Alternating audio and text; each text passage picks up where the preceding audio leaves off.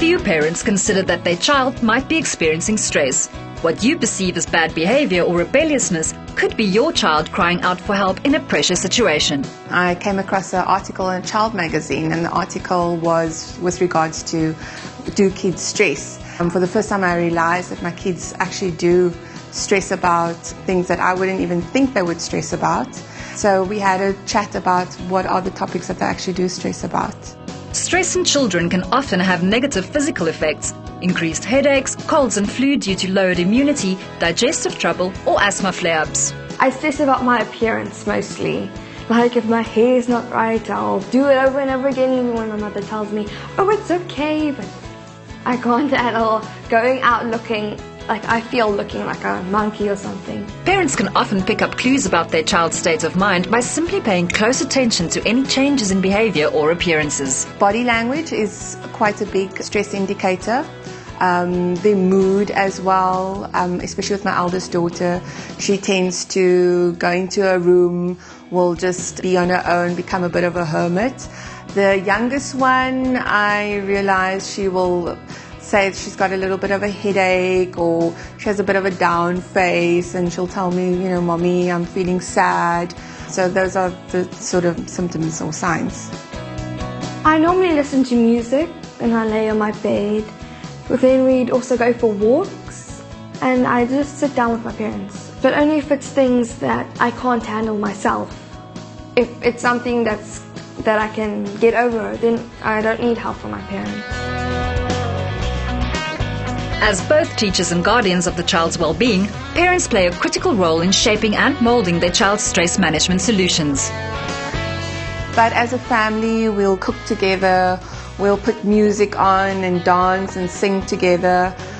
So we just, try to help them unwind as well and get their mind off the stressful situations. Well, what my husband and I decided is another measure is by seeking advice from a child psychologist and just working on, maybe she could give us better advice on how to communicate better with our children and how to help them, especially with our eldest daughter. She's a preteen. And just to get a child psychologist's view and advice on how to better equip ourselves on how to deal with our children's stresses and how to help them better to cope with stress as well. Certain children may be more susceptible to stress through an inherited high anxiety trait, but how they handle it still comes down to how they are taught to respond to stresses. Kids' stress is absolutely something that should be taken seriously. Whether it warrants professional intervention or not is actually irrelevant. If your child feels like they are stressed, then that's something you need to take seriously.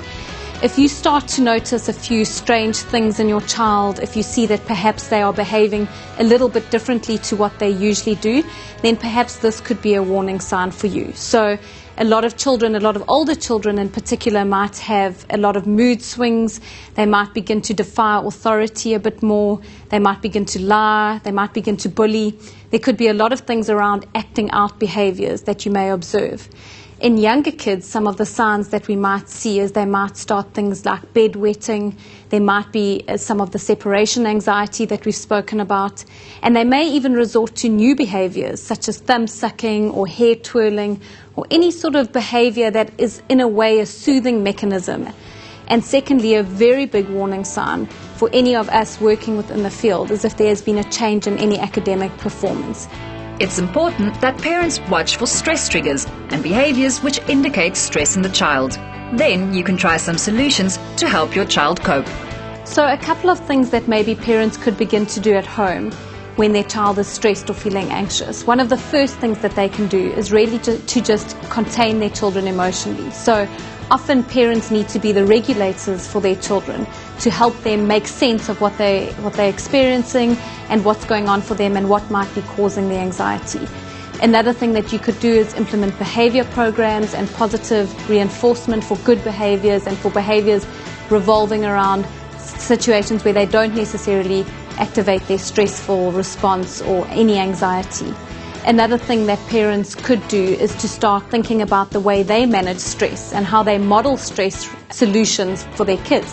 Often if they are setting a good example for how to work through these things, then children are able to pick up on that and implement these in their own lives. The other thing is that sometimes kids just don't want to talk about it. Sometimes you don't need to actually force it. Just spending time with your kids, some quality time where you are attuned and connected to them, is really something that can help them in order to reduce their anxiety and their feelings of being overwhelmed. And then lastly, I think what is just important is to just keep in mind that you are the one that knows your child best, and that you really can facilitate the way they manage their anxiety, and you can help them to experience things in a much better and healthier way. Being a role model of healthy stress management for your child can be the best solution for the whole family. Finding balance in your life can create the same for your child. If your child is stressed or overwhelmed or anxious, they're telling you that something's not okay. They are communicating to you that they cannot cope with the demands that are being placed with them, and it's just really too much for them. And so you need to respond, because if you don't, they're going to feel like their needs have not been met.